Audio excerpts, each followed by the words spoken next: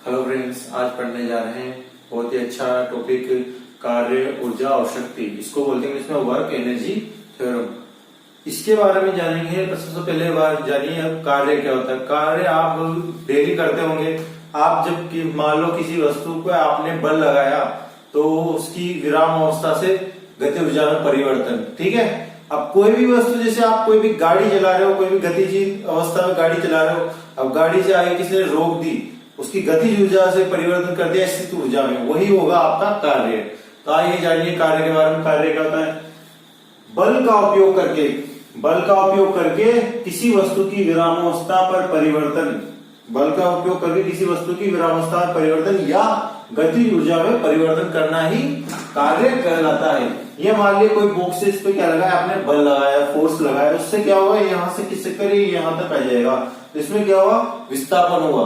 तो इसका फॉर्मूला क्या बनेगा, कार्य बराबर बल। अब बल की दिशा में क्या हो रहा है, यहाँ पे, यहां से खिसक के यहाँ पे क्या हो रहा है, एस, मतलब विस्थापन। ये क्या हो रहा है, बल की दिशा में विस्थापन, बल की दिशा में विस्थापन। ठीक है, ये फॉर्मूला होना है। इसको W से प्रेजेंट कर दोगे, F को, बल को F से प्रेजेंट करते हैं, इसको S से प्रेजेंट करते हैं। ठीक है। उसके बाद जानिए आप किसी वस्तु, आपने ली कोई भी एक वस्तु ले ली, पर्टिकुलरली आपने कोई भी एक वस्तु ले ली। इसको मान लो आप A बॉक्स को, अब इस बॉक्स को मान लो, दूसरे बॉक्स को यहां से यहां तक किसका है आपने B। ठीक है। अब आप इस बॉक्स को यहां से किसका हो गया, यहां से आपने बल लगाया, इसकी कुछ आपने जोड़ दिया, यहां से एक जोड़ दिया, एक कुछ यहां से खींचा आपने, तो बल किधर लगा, इधर की साइड। यहां पे बल लग रहा है तो इसमें F मतलब फोर्स लगा रहे हो आप, बल इस टाइप। और यहां पे क्या होगा, आपका बल का घटक आएगा इधर की साइड। ठीक है। अब बल का घटक क्या आएगा आपके, F cos थीटा। ठीक है। अब थीटा कोण कहां से बनाएगा, यहां से लेकर यहां पे थीटा कोण बना देगा। ठीक है। अब आप किसी वस्तु को किसका होगे, ए से बी तक पॉइंट में, यहां से लेकर यहां तक आपका क्या होगा, विस्थापन होगा। इसमें फॉर्मूला क्या बना, घटक के रूप में। इसका फॉर्मूला बना देंगे, आप लिख दोगे, किया गया कार्य बराबर बल की दिशा में विस्थापन आ रहा है ना, बल की दिशा में विस्थापन इनटू क्या होगा, विस्थापन। तो W बराबर F cos theta dot S, इसको क्या लिख दोगे आप, बराबर Fs cos थीटा। इसका फॉर्मूला ये बन गया। उसके बाद जानिए अगला प्रोसेस क्या होता है। अगले चार इसके केस, तीन केस बनते हैं इसकी चीज के। आप तीनों केसों के बारे में पढ़ते हैं। अब मान लीजिए किसी बिंदु, किसी गाड़ी को ए पॉइंट से बी पॉइंट के बीच में विस्थापित कराने पर, इस गाड़ी में फोर्स लगाया आपने, खींचने वाली गाड़ी है, खींच लिया आपने इसको, F फोर्स लगाया यहाँ पे, F फोर्स लगा के इसको इधर से, यहाँ से ए पॉइंट से यहाँ बी पॉइंट पे लेके आ गया। क्या कर दिया, S विस्थापन कर दिया यहाँ से यहाँ तक आपने। ठीक है। उसके बाद जानिए, उसके बाद F विस्थापन किया, S विस्थापन किया, विस्थापन की दिशा में क्या आएगा, बल का घटक आएगा, इसे बल का घटक आएगा F cos थीटा। ठीक है। अब थीटा कोण कैसे बनाना है, यहां से यहां के बीच में क्या बनाएगा, थीटा कोण बनाएगा। ठीक है। यहां तक यहां के बाद अब इसमें किया गया कार्य, अतः किया गया कार्य बराबर होगा, आप सभी जान रहे हो, विस्थापन की दिशा, विस्थापन की दिशा में घटक, विस्थापन की दिशा में घटक कर रहा है ना, बल का इंटू विस्थापन। ठीक है। अब कार्य क्या होगा, W, विस्थापन क्या होगा, S, विस्थापन की दिशा में बल का घटक क्या होगा, F cos थीटा इंटू विस्थापन क्या होगा, S। ये फॉर्मूला बनेगा। इसके बाद इसके ही, इस गाड़ी के ही, इस गाड़ी में इसमें तीन केस बनेंगे। वो तीनों केसों को जानेंगे।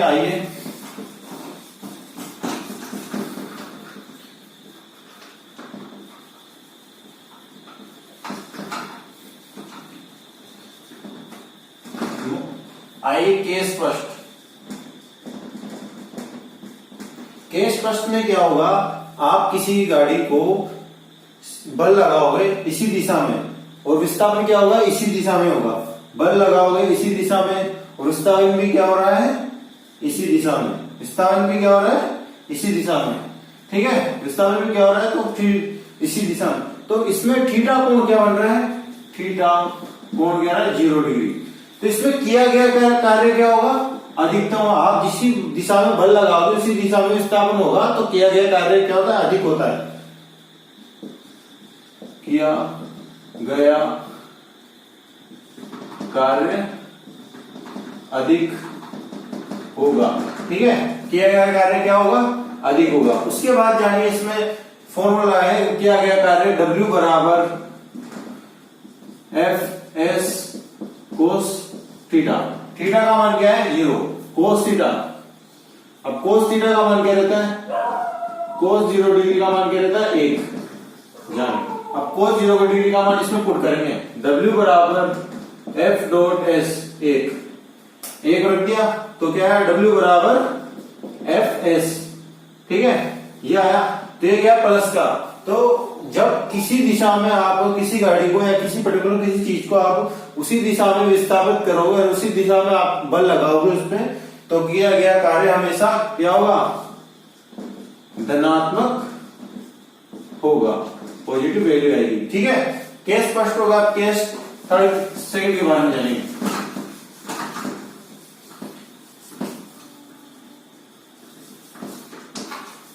केस सेकंड में क्या होगा, केस सेकंड में क्या होगा, जब किसी गाड़ी को आप इस दिशा में बल लगा रहे हो, इस दिशा में चल रहे हैं और इधर से आप पीछे से क्या लगा दिया, आपने ब्रेक लगा दिया।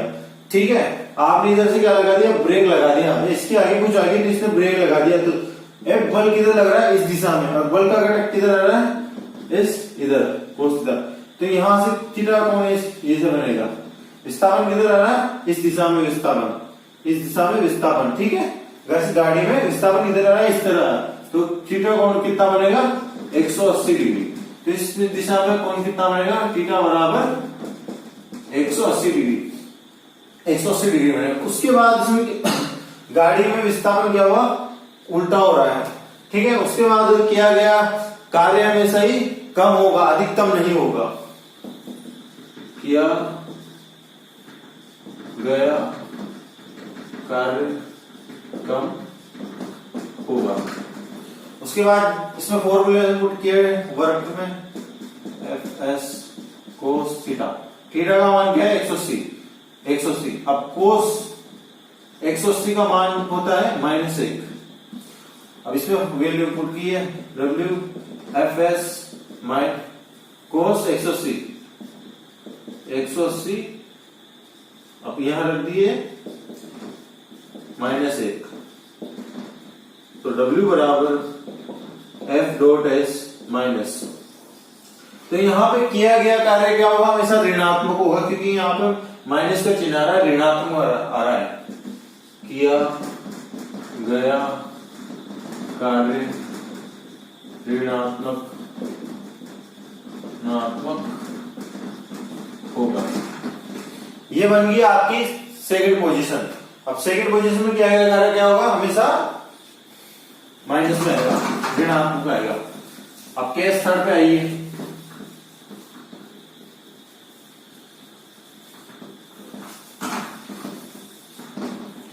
केस थर्ड में क्या होगा, आप किसी गाड़ी पे आप क्या लगा रहे हो, फोर्स लगा रहे हो, बल इसी दिशा में। ठीक है, गाड़ी के लंबवत यहां पे लगाया आपने, तो यहां पे आपका विस्थापन क्या हो रहा है, यहां से गाड़ी यहां से चलकर आपके यहां पहुंच रही है गाड़ी, ये गाड़ी यहां से चलकर यहां पहुंच रही है बी दिशा पर। तो क्या हो रहा है, किया गया कार्य क्या हो रहा है, लंबवत हो रहा है 90 डिग्री। ठीक है, तो यहां पे लगा थीटा बराबर 90 डिग्री। ठीक है, यहां से यहां तक क्या हो रहा है, विस्थापन, इस विस्थापन गाड़ी का लंबवत लगा रहे हैं बल।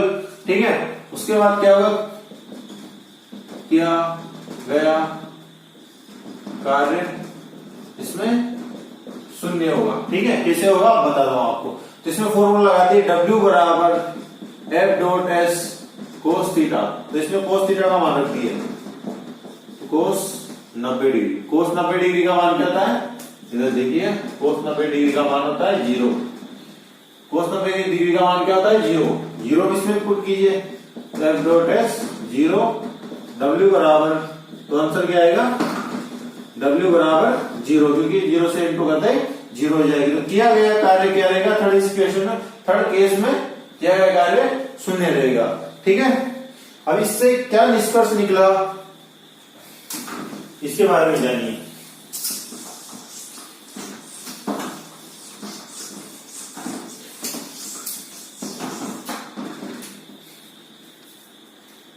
ठीक है, अब निष्कर्ष निकला, कार्य कार्य कार्य कौन सी राशि, ये है अदिश राशि। उसके बाद कार्य क्या होगा, धनात्मक भी हो सकता है, ऋणात्मक भी हो सकता है और शून्य भी हो सकता है। ये सब निष्कर्ष, कार्य के निष्कर्ष देखे थे ना आपने भी, क्या होगा, अदिश राशि होती है, कार्य धनात्मक भी होता है, ऋणात्मक भी होता है और शून्य भी होता है। उसके अलावा जानिए आप कार्य की मात्रक का मात्रक। अब कार्य का फॉर्मूला क्या था, W बराबर F डॉट S। F बल मतलब बल, S मतलब विस्थापन, W मतलब कार्य। ठीक है, अब बल को किसमें लिखते हो आप, F मतलब बल का फॉर्मूला क्या है, न्यूटन। विस्थापन को किससे लिखते हो, मीटर से। ये किसका फॉर्मूला है, SI फॉर्मूला। इसको क्या बोल दोगे आप, जूल बोल दोगे, जूल। तो कार्य का मात्रक क्या आ गया, जूल। SI मात्रक, कौन सा मात्रक है, SI मात्रक। इसको ही आप CGS पद्धति में भी चेंज कर सकते हो, CGS। न्यूटन का CGS होता है डाइन, इंटू मीटर का होता है सेमी। सेमी चेंज कर दोगे आप, सेमी में चेंज कर दिया आपने। ठीक है, और 1 न्यूटन बराबर क्या होता है, 10 की पावर 5 डाइन, और एक कितना होता है इसमें, 10 की पावर 2। तो ठीक है, तो 1 जूल बराबर होता है कितना है, 10 की पावर 7 अर्थ, ये होता है इसमें। ठीक है,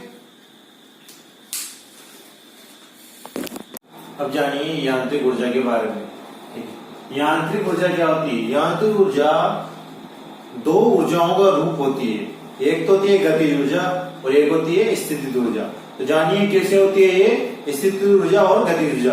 अभी पर्टिकुलरली मैंने मार्कर पकड़ा हुआ है, ये क्या है, इसकी स्थितिज ऊर्जा, इसको उछाल दिया, इसकी क्या है, गति ऊर्जा।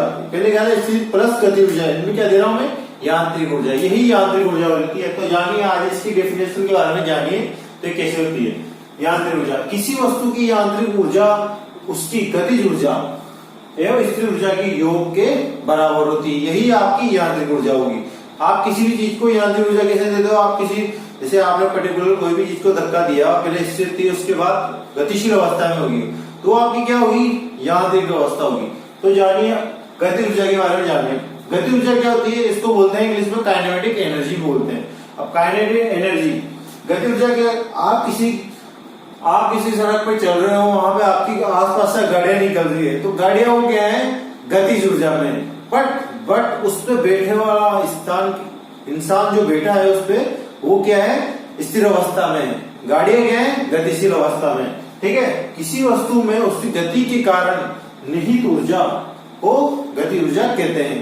ठीक है, जैसे बहता हुआ पानी, चलती हुई गाड़ियां, उड़ते हुए पक्षी, ये सब क्या है, गतिज ऊर्जा की उदाहरण है। उसके बाद जानिए स्थितिज ऊर्जा। स्थितिज ऊर्जा क्या होती है, जैसे मैं खड़ा हूं एक जगह यहाँ पे, अब मेरे में क्या है, स्थितिज ऊर्जा, यही स्थितिज ऊर्जा है। किसी वस्तु की स्थिर अवस्था में परिवर्तन के कारण संचित ऊर्जा को स्थितिज ऊर्जा कहते हैं।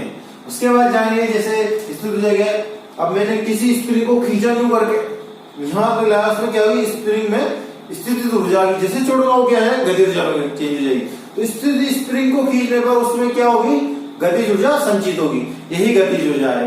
अब आप जानिए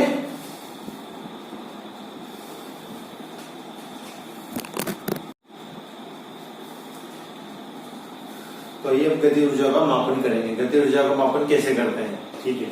आइए गतिज ऊर्जा का मापन।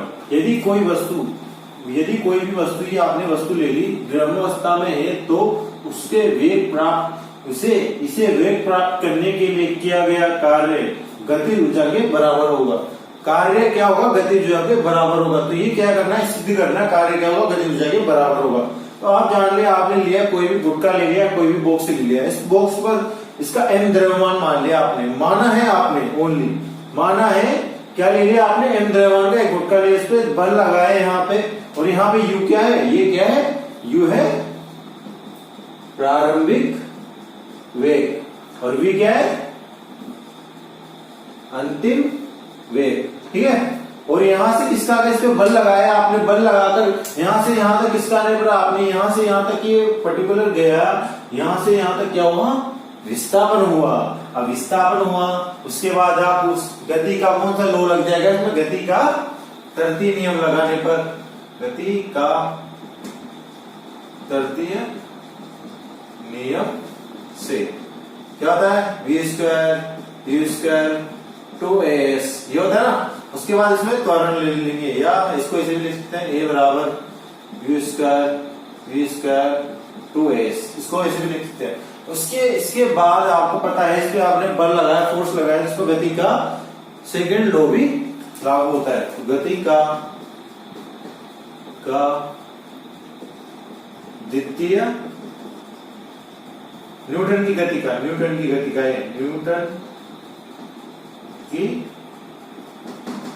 का द्वितीय नियम क्या है, न्यूटन की गति का द्वितीय नियम F बराबर m है। यहाँ a क्या है, त्वरण, m क्या है, द्रव्यमान, F क्या है, बल। तो a यहाँ पे पुट कर देंगे, F बराबर m v square u square 2s, ठीक है।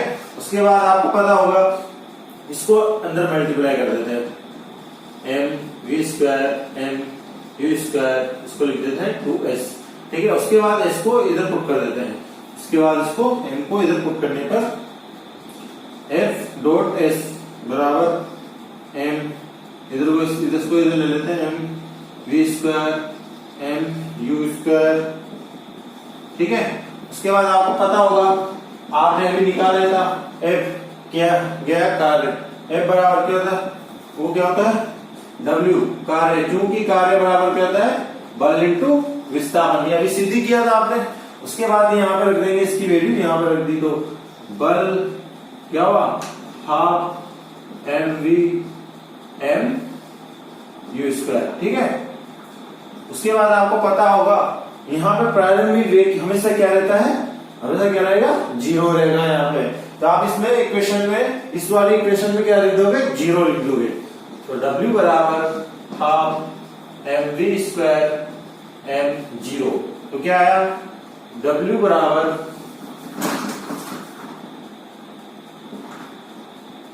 W बराबर हाफ mv स्क्वायर। तो आपने किया गया कार्य क्या, गति ऊर्जा के बराबर होगा, क्योंकि आपने किया गया कार्य के गति ऊर्जा के बराबर, गति रूप में रूपांतरण कर दिया। तो आप लिख सकते हो उसको E के बराबर W हाफ mv स्क्वायर, ये लो सिद्ध हो गया।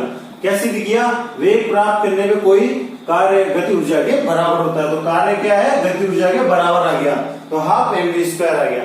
अब गति ऊर्जा का मान कर लिया, ओके।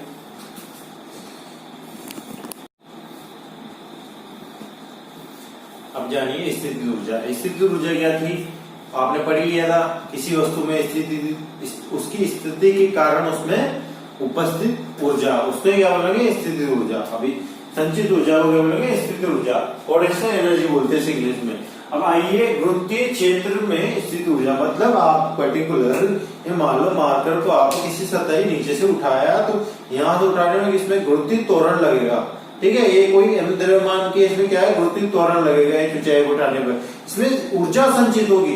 वो ऊर्जा किस रूप में संचित होगी, वो होगी स्थित ऊर्जा के रूप में। यही आपको बता रहा हूं मैं, गुरुत्वीय क्षेत्र में स्थित ऊर्जा। मान लिया आपने, माना ये क्या है, m द्रव्यमान की कोई वस्तु है। इस वस्तु को क्या करोगे आप, h ऊंचाई से यहां से उठाकर यहां तक लेके जाओगे, या तो आप ऐसे न्यू करके लेके जाओ, कैसे भी करके लेके जाओ, पर आपको लेके जानी है। तो आपने क्या किया, m द्रव्यमान की कोई वस्तु ले ली या बॉक्स ले लिया, इसको उठाया यहाँ से गुरुत्वीय क्षेत्र में, यहां से उठाया, यहाँ से h ऊंचाई पे उठाया। तो h ऊंचाई पे उठाने पर जो इसमें क्या लगाओगे आप, बल लगाओगे, इसमें ऊर्जा संचित होगी, मतलब ऊर्जा देनी पड़ेगी आपको। तो वो किस रूप में होगी, वो स्थित ऊर्जा के रूप में होगी। ठीक है, तो इसमें क्या किया आपने, कार्य किया। तो कार्य किया ना आपने, उठाया, कार्य किया, तो इसमें क्या हुआ, बल लगाया उठाने पर, इंटू क्या हुआ, विस्थापन हुआ, विस्थापन। तो बल किस रूप में लग रहा है इसमें, भार किसमें, mg, भार F, फोर्स क्या होता है, mg। बल का फॉर्मूला होता है ना Fg, कैसे होता है बल का फॉर्मूला, mg। g क्या है, ये किसके विरुद्ध उठाता है, गति से गुरुत्वीय त्वरण के विरुद्ध उठाते हैं। ठीक है ना, गुरुत्वीय क्षेत्र में किसके विरुद्ध उठाना है, सतह से गुरुत्वीय त्वरण के विरुद्ध उठाना है। ठीक है, इसको W लिख देंगे, बराबर बल क्या होगा, mg, और विस्थापन क्या होगा, यहां से यहां तक h होगा, h। तो स्थित ऊर्जा का फॉर्मूला क्या हुआ, mg h। तो आपने यह जाना, इसमें स्थितिज ऊर्जा का मान वस्तु की ऊंचाई पर निर्भर करता है, ना कि उसके पथ पर। इसमें ऊंचाई पर पथ कर रहा है ना, पथ पे नहीं कर रहा ना, पथ तो इधर से उधर भी जा रहा है। इसमें क्या रहेगा, ठीक है। अब आइए सरल लोलक की स्थितिज ऊर्जा। अब लोलक में जानेंगे, कोई भी लोलक रहता है जैसे घड़ी का, उसमें स्थित ऊर्जा कैसे संचित होगी उसके बारे में जानेंगे। अब ये देखो, आपके पास आपने लोलक ले लिया, इस लोलक को ऐसे घुमाओगे आप, ऐसे करके न्यू करके, जैसे झूले झूलते ना, वैसे होता है इसमें पूरा प्रोसेस। झूला झूलते जो यहाँ तक जाते हैं, यहाँ से झूल के यहाँ तक जाते हैं, तो यहाँ पे आपको क्या गति ऊर्जा कम हो जाती है, यहाँ पे क्या ज्यादा हो जाती है, फिर कम हो जाती है, फिर ज्यादा हो जाती है। वैसे इसमें लोलक का काम है। ठीक है, इसमें देखिए अब लोलक में, अब ये लोलक में इस पॉइंट पे ये m द्रव्यमान की कोई वस्तु है, ये वस्तु क्या, m द्रव्यमान का लोलक है ये यहाँ पे। अब इसको क्या करेंगे, इसकी यहाँ पे क्या है, इसकी साम्य अवस्था से इसको क्या आएंगे, इधर खिसकाएंगे, इसकी स्थित ऊर्जा में क्या लगाएंगे, इसकी स्थित ऊर्जा में बल लगाएंगे, तो ये इधर से आएगा। तो स्थित ऊर्जा में क्या होगा, इसमें कमी होगी, तो गति ऊर्जा में परिवर्तन करेंगे, तो यहाँ तक आके यहाँ पे आएगा, इस दिशा में यहाँ तक आएगा। यहाँ पे इसकी स्थिति, यहाँ से इसकी गति ऊर्जा बढ़ेगी, गति बढ़ती बढ़ती यहाँ पे क्या होगी, कम हो जाएगी। यहाँ के आगे स्थिति ऊर्जा एकदम अधिकतम रहेगी, स्थितिज ऊर्जा अधिकतम। ठीक है, उसके बाद यही लोलक ऐसे भी आएगा, तो ऐसे आएगा ना, यहां से उस टाइम में यहां पे इसकी स्थितिज ऊर्जा इस टाइम, स्थितिज ऊर्जा यहां पे इसकी क्या रहेगी, स्थित ऊर्जा नहीं रहेगी, इसमें रहेगी गतिज ऊर्जा अधिकतम। ठीक है, आपने कोई भी लोलक को ऐसे धक्का दिया, तो यहाँ पे आने पर लास्ट पॉइंट पे यहाँ तक आने के बाद उसकी क्या स्थित ऊर्जा अधिकतम हो जाएगी, स्थिर रहेगी। उसके बाद स्थित ऊर्जा कम होगी धीरे धीरे, उसके बाद क्या बढ़ेगी, गतिज ऊर्जा बढ़ेगी। बीच पॉइंट पे आते हैं, उसके बाद ऊर्जा बहुत ही ज्यादा होगी, फिर वैसे कम होती जाएगी, स्थित ऊर्जा बढ़ती जाएगी, गति ऊर्जा कम होती जाएगी, यहाँ पे गति ऊर्जा बढ़ेगी, यहाँ पे गति ऊर्जा कम होती जाएगी, यहाँ पे स्थित ऊर्जा ज्यादा हो जाएगी, फिर यहाँ से फिर गति ऊर्जा ज्यादा हो जाएगी, फिर कम हो जाएगी। ऐसा प्रोसेस चलता रहेगा इसमें। अब माना इसमें गति ऊर्जा का मान, स्प्रिंग ऊर्जा, स्थिति ऊर्जा में गति ऊर्जा का मान निकालने के लिए इसमें माना कोई m द्रव्यमान का लोलक मान लिया, m द्रव्यमान का लोलक मान लिया, उसको साम्य अवस्था से किस दिशा में खिसकाया था, इस दिशा में खिसकाया था। तो यहाँ से यहाँ तक की दिशा x दिशा मान लेते हैं, यहाँ तक खिसका दिया, तो इसका लंबाई l लंबाई मान लेते हैं, l लंबाई मान लिया। उसके बाद क्या करेंगे, इसका कितना डिग्री का कोण बना है, थीटा बना लिया, अभी पता नहीं कितना कोण बना है, तो कितनी m द्रव्यमान की एक वस्तु है। तो इसमें जब आपने इसको यहां से खिसकाया, तो ये गुरुत्वीय केंद्र की तरफ इसमें लगेगा। ठीक है ना, गुरुत्वीय केंद्र की तरफ, गुरुत्वीय केंद्र इसमें केंद्र की तरफ लगेगा। ठीक है ना, आपने यहां से खिसकाया, धीरे धीरे धीरे धीरे इसकी गति ऊर्जा कम होती जाएगी और स्थिर ऊर्जा ज्यादा होती जाएगी। इस जगह पे आगे यहाँ पे क्या होगी, स्थिर ऊर्जा अधिकतम हो जाएगी। अधिकतम होने के बाद धीरे धीरे इधर आएगा, इधर स्थिर ऊर्जा कम होती जाएगी, गति ऊर्जा बढ़ती जाएगी, या बीच में क्या जाएगा, गति ऊर्जा बढ़ जाएगी बहुत ही ज्यादा। उसके बाद आप आइए फॉर्मूले पे, गति ऊर्जा का सरल लोलक में स्थिर ऊर्जा को निकालना। अब कैसे मानेंगे, उसका फॉर्मूला होता है हाफ mgl x स्क्वायर, ठीक है, हाफ mgl x स्क्वायर, ठीक है, x, ठीक है। ये क्या है, m द्रव्यमान की कोई वस्तु ले ली, इसमें वस्तु क्या है, लोलक में, लोलक है इसे, तो यहाँ पे क्या है, ये स्थिर रहेगा, m हर जगह पे, यहाँ पे भी m सेम रहेगा, यहाँ पे सेम रहेगा, तो ये क्या है, स्थिर रहेगा। तो l इसकी लंबाई, ये क्या रहेगा, यहाँ पे भी सेम रहेगी, इसकी लंबाई यहाँ पे भी सेम रहेगी, ठीक है। और इसके बाद क्या स्थिर रहेगा इसमें, g गुरुत्वीय केंद्र, यहाँ पे भी गुरुत्वीय केंद्र, यहाँ पे भी क्या रहेगा, हर जगह गुरुत्वीय केंद्र सेम रहेगा, ठीक है। तो ये सब क्या हो गए, m g l क्या रहेंगे, स्थिर है। तो इनकी जगह क्या ले लिया, k स्थिरांक ले लिया, k क्या है, स्थिरांक, इसको क्या बोल दिया, mgl और mgl बोल दिया, ठीक है, mgl बोल दिया। तो इसकी जगह पे k रख सकते हैं mgl के वजह, हाफ k x स्क्वायर, ठीक, इसका फॉर्मूला आ गया EP का, मतलब स्थितिज ऊर्जा का, किसमें, सरल लोलक में। ये स्प्रिंग के लिए भी लागू होगा, स्प्रिंग में स्प्रिंग ऊर्जा खींच जाएगी ना, उसमें भी लागू होगा हाफ k x स्क्वायर, ठीक है।